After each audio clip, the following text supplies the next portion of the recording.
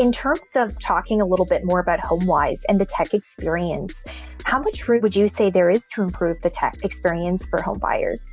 It's massive. I was talking to someone yesterday who said to me, the mortgage process is really broken, eh? I said, completely.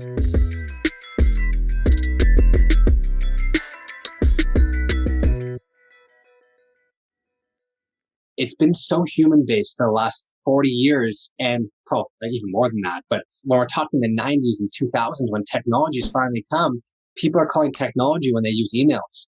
And that's not a technology service. So for us, we're building so much technology in the back end to properly match clients with the right mortgages, but also automate the process as much as possible. So it's really simple where clients can upload documents online, sign documents online, integrate other parts of the experience because anyone who buys a home knows you get a mortgage, but you also need to get insurance. You also need a real estate lawyer. Then you have to move into the home. There's all the things that happen there.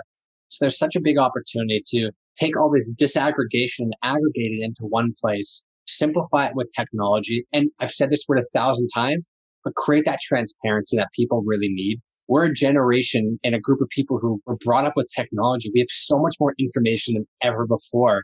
But when you're working with financial institutions, usually hidden behind fine print. So that's a big area where we think technology will help is helping our consumers all across Canada understand exactly what they're getting themselves into, understand the pure dollars and cents, and how they can save the most money now and into the future, because that's the goal of anything is you want to be debt free, you want to be mortgage free, but you also want to do so in a way that helps you save the most money by the decisions that you actually make. In terms of home buyers right now, getting into sort of practical tips that perhaps you can impart to people looking at the market, what are some tangible tips or advice you have for them? Tip number one I give to anyone who says, I'm going to be looking to buy a home soon is get pre-approved. Getting pre-approved is the single best thing you could do right off the bat because it does a couple things. Helps you understand what your affordability is. It locks in a mortgage product for 120 days. So if you buy a home within that 120 days, if rates were to go up, you'd be locked into that lower rate. And for us, 25% of people who get pre-approved with us buy a home within the first 4 months. So a lot of people, once they get pre-approved, that's something they do. So get pre-approved, understand your financial situation, understand your options. The second thing is interview realtors. A lot of people will find a realtor through a friend, through a friend, through a friend. Interview them. Make sure they give you exactly what you need. Make sure they're putting in the time to say, you know what, you might be looking in this area, but have you thought about this area? I even looked with people who are close to me in my lives. They were looking to buy a home that's about a 30-minute drive from where they eventually bought their home. And it's all in the same general area they were looking to buy, but the other place they were looking was just, it didn't suit their needs. And when they eventually bought, it was so perfectly suited to them. And that was based on finding a really good realtor. So that's another thing I would say. And then the last thing is just understand what home ownership means.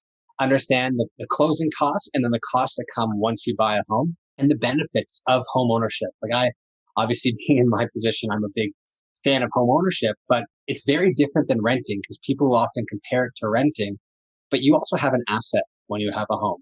So understand what that asset means, how to leverage your asset by both the price increasing side of it, but also I mentioned refinancing before.